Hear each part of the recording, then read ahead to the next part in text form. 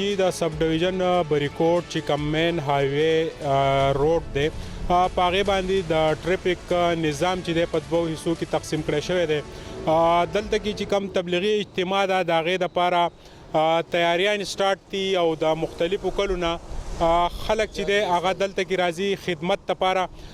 نو دغه خلک چې دي د هغوی سره خپل ګاډي د هغه ګاډو دپاره بیا یو پارکینګ چې دی هغه هم د پنډال خواته رخ کړی شوی دی. خو دا وختي د بازار نه تر د شنګرداره پورې روډ دوه حصې شوی دی چې په هغې په منځ کې چې دی دوی یو پلان ډیسایډ کړی و چې د دغه پلان مطابق د دې ځای کوم انچارج دی شکیل خان د هغه د وینا مطابق چې دا پلان چې دی دا مونږ کومې مختلف څلور لارې چې دي د هغې دپاره چې دی بورډونه هم لګولی شوي دي او دغه ګاډي چې کوم ځي د منګوري او د بټخیلې ته نو دوی به خپل لاین استعمالوي او کم ګاډي چې ټن کیږي نو د هغې د ټن دپاره چې دی هم په مختلفو ځایونو کې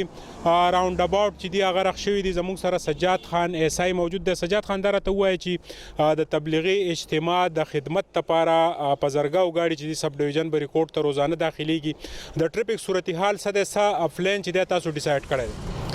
اعوذ بالله من الشیطان الرجیم بسم الله الرحمن الرحیم. زه به حیثیت ایسای سرکل بریکوٹ ټریفک خبرې کوم. ڈی ایس پی صاحب جناب باچہ حضرت خان یو ډېر قابل ترین پولیس افسر دی. هغه ڈی ایس پی سرکل بریکوٹ مونږه ټریفک آفس دغه خپل آفس ته وغوښتو او د دې په باره کې مونږ سره داسې خبرې وکړې چې یاره دې له به داسې پلانینګ جوړو. نو فی الحال موجوده مونږه په خپل اپنی مدد آپ چې دی نو دا ګټې د هغه ځای نه واله تر د هغه چوکه پورې کېښودې دوه روډ هم په دوو طریقو کې تقسیم کو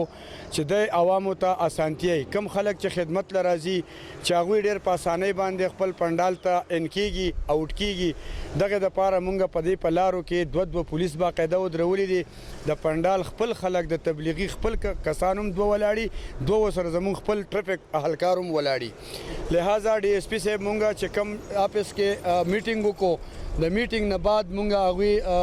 افسرانو صاحبانو ډي ایس پي صاحب او ټي آی صاحب شکیل خان سرکل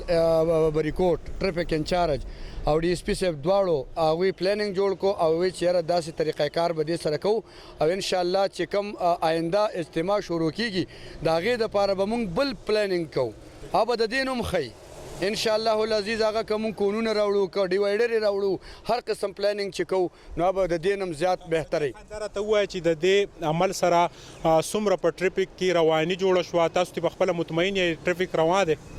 بالکل زه به دا ووایم چې مونږ خو کړي دي نو مونږ خو به بالکل مطمئن خو د عوام نه چې اورو نو هغوی هم ډېر خوشحاله دي بلکې خاص کر دکانداران ټول زیات داسې وایي چې یاره دا یو داسې پلانینګ جوړ شو چې تاسو به هم نه ستړي کېږي او مونږ ته هم تکلیف نه وي. سجاد خان که ستا دا خبرې څه زمونږ د ډریوران حضرات اوري نو د هغوی دپاره د سب ډویژن په بریکوټ کې چې کله دوی مومنټ کوي ګاډو والا نو تاسو طرف نه څه انفارمیشن دی هغه څه احتیاطي تدابیر اختیار کړي؟ نو هغه خو سره مونږ ټي آی صاحب ورته ځای په ځای باندې نو پارکینګ بورډونه لګولي دي په نو پارکینګ کې به نه ودرېږي او داسې چې کوم دی نو ډبل لاین کې به نه راځي او انشاءالله دغه وله مونږ ختم په دې کړه چې مونږ لاین یو کو چې لاین هم یو کو نو هغې کې بیا هغه ډبل لاین نشي تللی او نو انشاءالله العزیز چې مونږ به د دې نه زیات خپلې قربانیانې ورکوو او مونږ به د عوام دپاره عوام زمونږ نه دي او مونږ د عوامو نه یو. والسلام. رواني جی زموږ سره سجاد خان انچارج د ټریفک دلته موجود او دوی چې کوم پلان ډیسایډ کړی دا تاسو زموږ په سکرین باندې ګورئ چې دا روډ په دوو حصو کې تقسیم کړی شوی دی. د تبلیغي اجتماع چې دی د هغې د خدمت کار روان دی دغې لا د روزانه په بنیاد باندې د مختلفو کلونه په زرګاو خلک چې دي راځي په دغه خدمت کې چې دی دوی حصه علي او په 2 3 او 4 اپریل باندې به دلته کې یوه لویه غونډه کېږي تبلیغي اجتماع به کېږي چې په هغې کې به په لکونو خلک چې دی هغه شرکت کوي. نو سب ډویژن بریکوټ ته د تېرې هفتې د کم دغه چې دی فګر چې را روان دی نو دلته کې داسې کم خپل خلک چې کم ول د هغې نه ایباو چې دی 1000 خلک چې دی هغه نور داخليږي دغه تبلیغي اجتماع ته راځي د هغوی سره ګاډي د هغه ګاډو دپاره پارکینګ چې دی هغه هم چې دی د هغې دپاره دوی بورډونه لګولي دي چې کوم ځای د ګاډو پارکینګ دی او د هغې دپاره 4 لارې چې دی جوړې کړې شوي دي. دا اوس موږ تاسو ته هایوې وښو چې هایوې